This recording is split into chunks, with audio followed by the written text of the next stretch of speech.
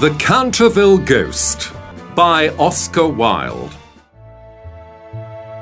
When the American minister, Mr. Hiram B. Otis, bought the large old house called Canterville Chase, everyone told him that he was very foolish. "There is a ghost here," said Lord Canterville. "I'm not afraid," said Mr. Otis. Mr. Otis bought Canterville Chase, and a few weeks later he moved into the house with his family. Mr. Otis's wife, Lucretia, their eldest son, whose name was Washington, his sister Virginia, the twins, who were lovely little boys, but they liked to play tricks on people. As they got near to Canterville Chase, an old woman stood in front of the house. Her name was Mrs. Umney, and she was the housekeeper. "Welcome to Canterville Chase," she said. "I have tea ready for you in the library." "Something has been spilt here," said Mrs. Otis. "Yes, madam. That is the blood of Lady Eleanor de Canterville. No one can clean the blood from the floor." "That's silly."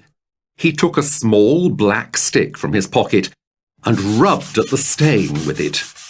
The blood quickly disappeared. The next morning, they found the terrible stain on the library floor again. The whole family were now quite interested. By 11:30, everyone was asleep and the house was dark. But suddenly, a strange noise woke Mr. Otis. He opened his bedroom door.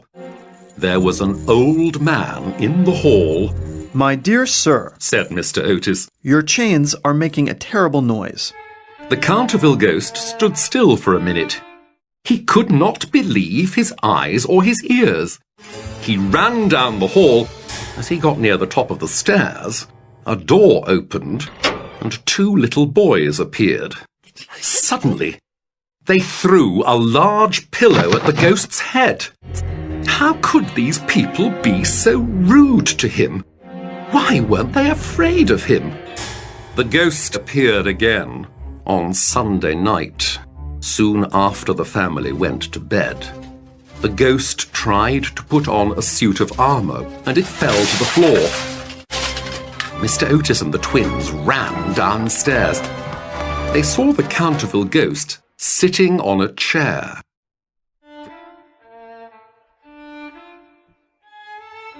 The ghost was very upset. However, after a few days, there was a terrible storm. When he heard the clock strike midnight, he smiled and turned the corner.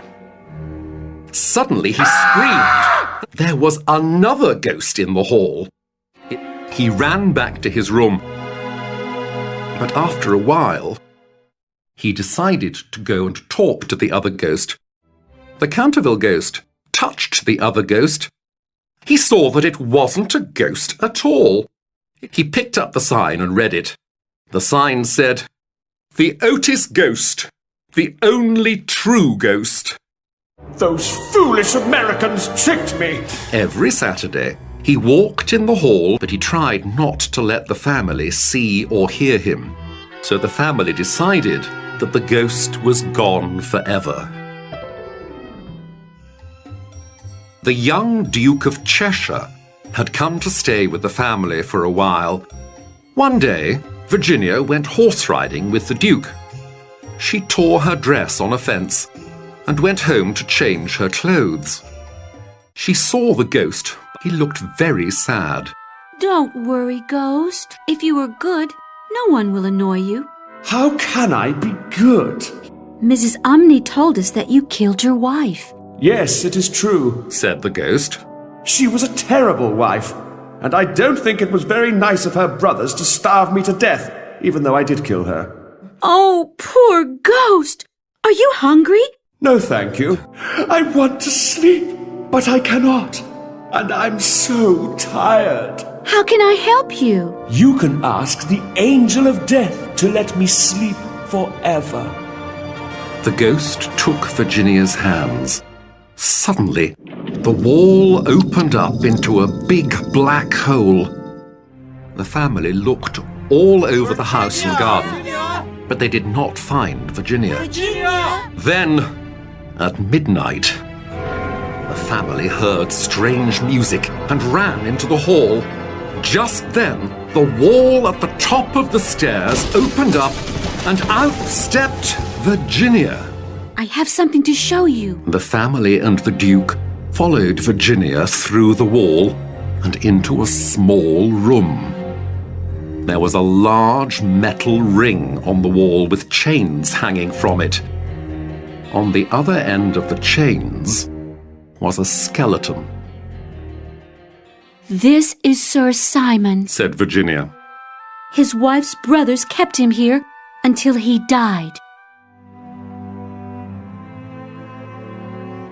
4 days later, there was a funeral at Canterville Chase. They buried Sir Simon in the churchyard. Virginia put some flowers on his grave, and her eyes filled with tears. Goodbye, Sir Simon. She said,